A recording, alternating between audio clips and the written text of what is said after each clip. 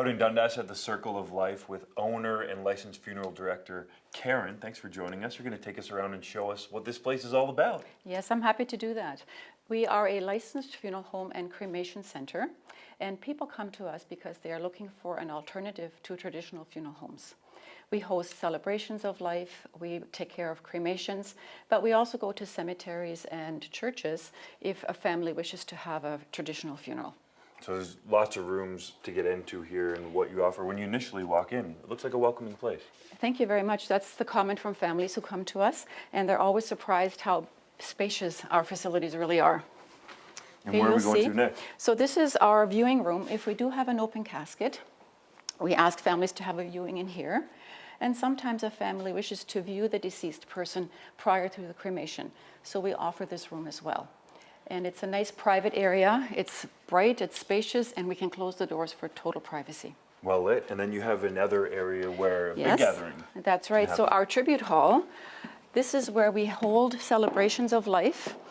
We have a focal point. The table there is for urns. Sometimes an urn is not present. Sometimes we have pictures. And families like to personalize these celebrations of life. They love to show, we've had everything from a motorcycle here once, we've had a canoe, we've had a tent, we've had quilts. So anything that has meaning for that family to honor their loved one, that can be displayed here. And there's some new trends in the industry, isn't there? Yes, there are. So celebrations of life are big, and they're not always held at a funeral home or a cremation center. Some families like to have them at the Legion or the Air Force Club. They might go to a golf and curling club here in Dundas especially, or the Scottish Rite in Hamilton, or sometimes the backyard. You can have a barbecue and a beer or a glass of wine and share stories that way. That's right. Well, next we're going to see another up-and-coming part of the industry. We're going to go to the jewellery room. Up next on Morning Live.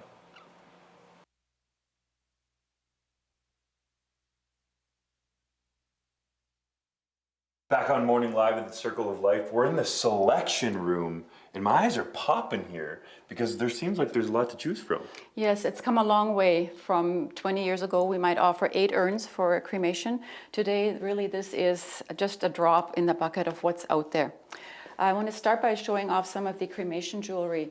Now, all of these pieces hold a little bit of the ashes, and that can be very comforting to some families to have just a little bit of mom or dad on them at all times. There are also pieces that hold a fingerprint. So we take a fingerprint of the deceased person, and it can be placed on a locket or a picture frame or something that hangs in the window. So it's come a long way that way. Are the fingerprints new? That's been around a couple of years, I would say. Yes, okay. And then we go to our green urns. So something made of wood, or we also carry onyx, which is also a natural material. But these are bamboo urns, comes in different colors. And the wooden urns are just beautiful. And these are also very eco-friendly. We also carry pottery. And those are local potters from the Hamilton area and Dundas.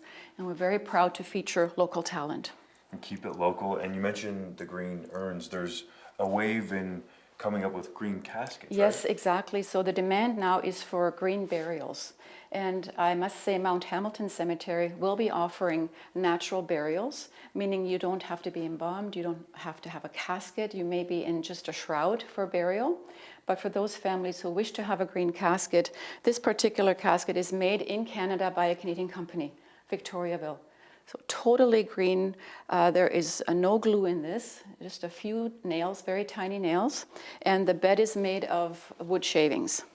I'll show you right here. I'm often asked, is this comfortable? And I would say yes. Looks like it would be. Yes.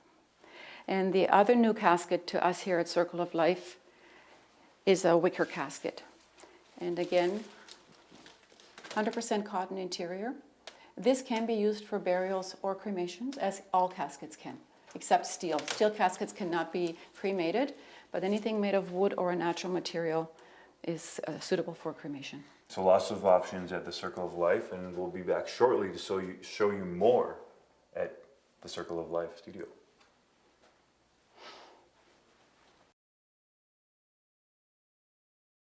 Back at the Circle of Life in Dundas, we're going to go from the selection room to a little corner, and Karin is over here waiting for us. Lots to choose from. over here? Yes, there are many items to choose from. And I want to talk a little bit about scattering cremated remains. When families come to me and I ask them what will happen with the cremated remains, they're often reluctant to tell me because they think it's illegal to scatter ashes.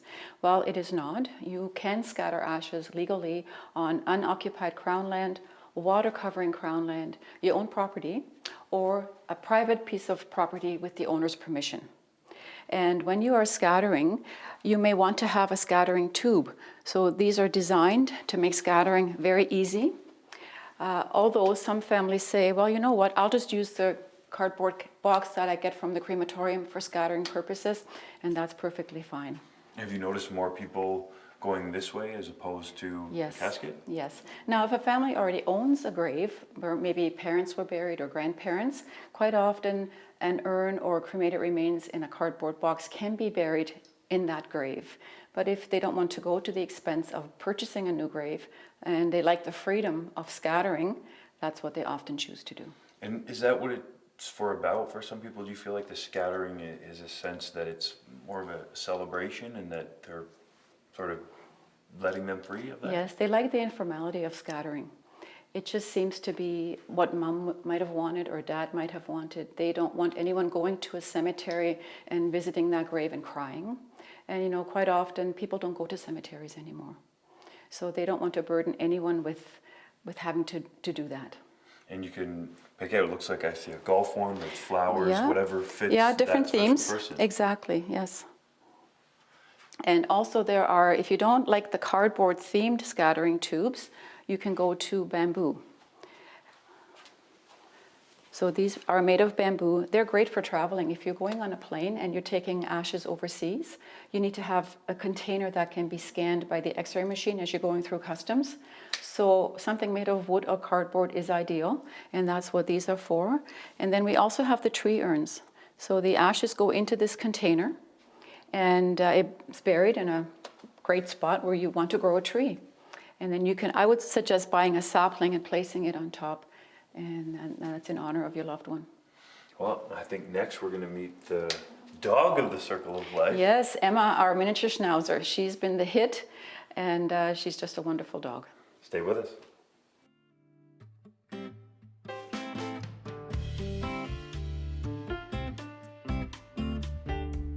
Look who we found at the Circle of Life. Can you introduce us, Karin? Yes, this is Emma, our comfort dog. She's a 4.5-year-old miniature schnauzer, and she's been with us from the first day we opened in September of 2015.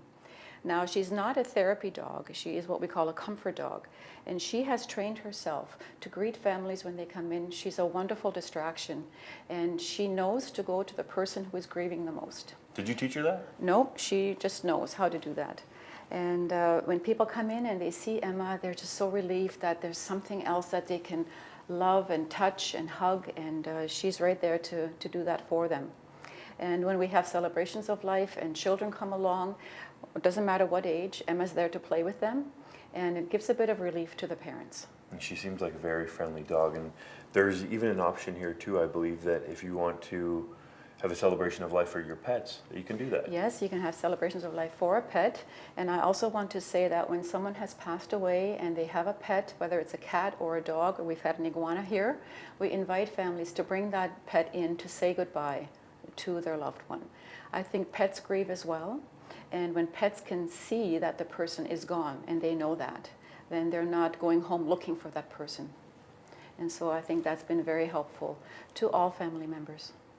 And Emma seems like she can help anyone through that process. Yes, and when we take her for a walk, it's so funny. People will stop me and say, "Is that the dog from Circle of Life?" She's famous in the area. She is, yes. Yeah, she's a wonderful addition, and she just keeps going. Every day she comes to work with us. She does. I think she was shaking your paw earlier, Emma. Thank you for showing us Circle of Life and introducing us to some of the new ideas and trends around it. Thank you, I appreciate it.